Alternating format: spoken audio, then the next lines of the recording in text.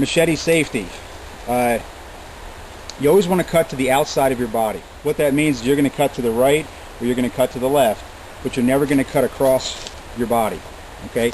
Cutting to the outside of your body means that the blade will terminate outside your body somewhere. Okay? Cutting to the inside of your body almost eventually guarantees that that blade's going to terminate on the inside of your body somewhere, which is the situation you're trying to avoid. So if I'm going to cut this, what I want to do is strike it at a 45-degree angle. You never want to hit stuff straight across. That's the biggest mistake you can make with a machete. Usually what happens is it'll break and wrap around your blade and just hang you up. You want a nice clean cut. Well, I can take that through in one swipe. Haha. Spoke too soon. You want to cut it at a 45-degree angle, okay, and take it through in one clean chop. If you don't get it through in one chop, there's a lot of opportunities out here to chop. Okay, you're going to get all the practice you need if you're chopping for a full day. The idea, though, is never chop when it's cutting across your body. Now that sounds like a real simple rule. The problem is that you're making so many cuts and you're so tired and your footing is so uneven. You're just tempted to just walk and chop, which means every other swing you're going to be swinging across your body, and your left knee, you only get one left knee in life. And if you put a machete through it and you're out here, I mean, there is no rescue for us out here. We are way back in there. There's just no way Juliana's going to have to carry me out if I hit myself, okay? If I hit him, I have to carry him. He's a big guy. I don't want to do that, okay?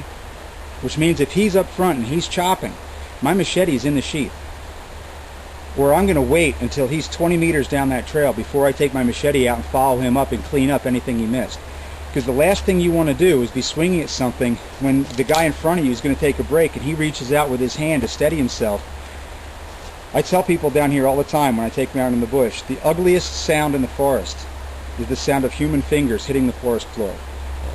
That is the worst sound.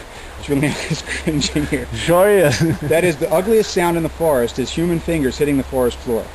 You do not want this situation. And if there is somebody in front of you who's hacking away, you make sure he is well advanced before you even think about taking your machete out. Now this is a little sapling that we cut off. But you can see with that nice 45-degree angle that this will be a terrible thing to fall down on. The guy who's going up first, who's chopping his way through, he's more concerned about the stuff which is going to be about knee high and up. He's trying to clear the space that you need to walk through. As he chops, he's going to leave punji stakes all the way up the trail. And they're extremely dangerous. That's a trail of death. If you were to fall on something like that, going up these steep slopes, you could very easily die. So the second person up the trail, once that first guy's gone up 20 yards or so, what you're really looking for is not to widen the trail, but to clear up these. Okay, to clear these off and hack them off down close to the ground. Okay, and hack them off as level as you can. Sometimes you can just put your boot against something and just kick it over and just get it out of the way, or crush it, or somehow. You just don't want to leave spikes all the way up the trail for the next guy to follow, or for somebody to come down that trail, slip and fall, and you've lost a friend for life. So just be careful when you're chopping not to leave the death trap all on the trail.